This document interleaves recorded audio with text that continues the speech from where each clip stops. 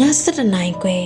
ကောင်းကင်တစ်ခုလုံးတိမ်တွေအုပ်နေပြီးလာရောင်ကမှင်ပြပြတောင်မရှိတော့လမ်းမေးကညောင်မင်းအိုကြီးတွေကလေတိုက်တိုင်းမှာလက်ညှိုးငုံငေါကြီးတွေနဲ့ချင်းချောက်နေသလို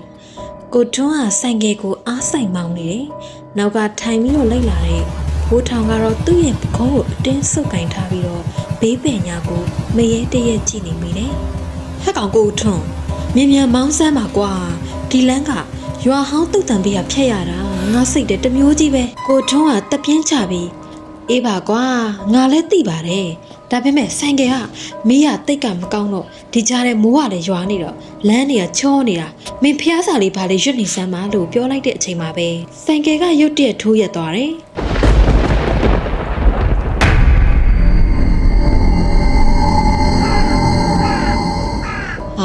မလုပ်ပါနဲ့ဒီနေရာကြီးမှလားလို့ကိုထွန်းကဆိုင်ငယ်ကိုခွပြီးတော့ခြေထောက်နဲ့အတင်းနှိုးနေပေမဲ့လည်းစက်ကလုံးဝပြန်မနိုးတော့ဘူးအဲ့ဒီချိန်မှာတုတ်တန်တကားဝါကနေမြို့ကိုးတွေကြားကနေလူရိတ်တစ်ခုထွက်ပေါ်လာတယ်အနီရောင်ရင်ပုံးအင်ကြီးနဲ့ထမင်းအနီရောင်ဝတ်ထားတဲ့မိန်းကလေးတစ်ယောက်သူကဖြည်းဖြည်းချင်းလမ်းလျှောက်လာခဲ့တယ်အကိုတို့ဆိုင်ငယ်ပြက်နေတာလားဟင်းနဲ့အတန်ကအရန်ချိုပေမဲ့အေးဆက်ဆက်နိုင်လာတယ်ကိုထွန်းကကြောင်ကြည့်နေတော့မှဖိုးထောင်ကဟုတ်ကဲ့ညီမလေးဒီနားမှာပြင်တဲ့ဆိုင်ရှိလားမင်းကလေးကခေါင်းကိုတောက်တောက်ကြီးညှိပ်ပြပြီးတော့ဒီချိန်ကြီးဆိုင်တွေပိတ်ကုန်ပြီအကိုတို့ရဲ့ကျမအိမ်ကဒီနားတွေမှာခဏနားပြီးတော့ရင်နှွေးတောက်သွားပါအောင်လားမိုးလဲတိတ်မှပြန်ကြတာပေါ့လို့ဖိတ်ခေါ်တယ်သူတို့နှစ်ယောက်လုံးကြောင်းနေပေမဲ့မင်းကလေးရဲ့မျက်နှာကိုကြည့်လိုက်တဲ့အခါမှာတော့စိတ်တွေကဝေဝါးသွားပြီးတော့သူ့ရဲ့အနောက်ကိုအလိုလိုပါသွားကြတယ်တုတ်တန်တွေကခြုံပုတ်တွေကိုကြော်လိုက်တဲ့အခါမှာတစ်သားအိမ်လေးတစ်လုံးကိုတွေ့လိုက်ရတယ်အိမ်ထဲကိုရောက်တဲ့အခါမှာတော့မင်းကလေးကရွန်းလင်ပန်းနဲ့မုတ်တီယူနေချမ်းတွေကိုချပေးတယ်။စားကြပါအောင်နော်အကိုတို့အဝေးရလာရတာဗိုက်စာနေမှာပေါ့။ကိုထွန်းကမုတ်ကိုလှမ်းယူဖို့လုံးနေတဲ့အချိန်မှာဖိုးထောင်ကတခုခုကိုတတိထားမိသွားတယ်။အိမ်ထဲမှာစီမီတွေထွန်းထားပေမဲ့လည်းအဲ့ဒီမင်းကလေးရဲ့အရေးကကြမ်းမြစ်ပေါ်မှာရှိမနေဘူး။ပြီးတော့သူတို့စီကရင်နှွေးငွေ့တွေထွက်နေပေမဲ့လည်းပုတ်စော်အနှံ့နေရနေတယ်။ဘုဒ္ဓဟဲ့ကောင်ကိုထွန်းမစားနဲ့ပြေးအခုချက်ချင်းပြေးသူတို့ထိုင်နေတာကတော့ရှိုင်းနဲ့အုတ်ကူအဟောင်းကြီးတစ်ခုရဲ့အပေါ်မှာမင်းကလေးချပေးထားတဲ့မုတ်တွေကပိုးလောက်လန်းနေတွားသွားနေတဲ့မြေကြီးကဲတွေဖြစ်ကုန်ပြီမင်းကလေးကလည်းလှပတဲ့ရုပ်သွင်းမရှိတော့ဘူးဗဇက်ကနေရွက်ထီကိုပြေးထွက်သွားပြီးတော့ဘယ်ကိုပြေးကြမလို့လဲလို့ငါ့အိမ်မှာနေသွားကြပါဦးအကွဲတဲ့အတန်ကြီးနဲ့အော်ဟစ်လိုက်တယ်။တရမကြီးကကိုတွန်းရဲ့ပခုံးကိုသူ့ရဲ့အယိုးငေါငေါလက်သက်ရှည်ကြီးတွေနဲ့အတင်းညှစ်ထားလိုက်တယ်။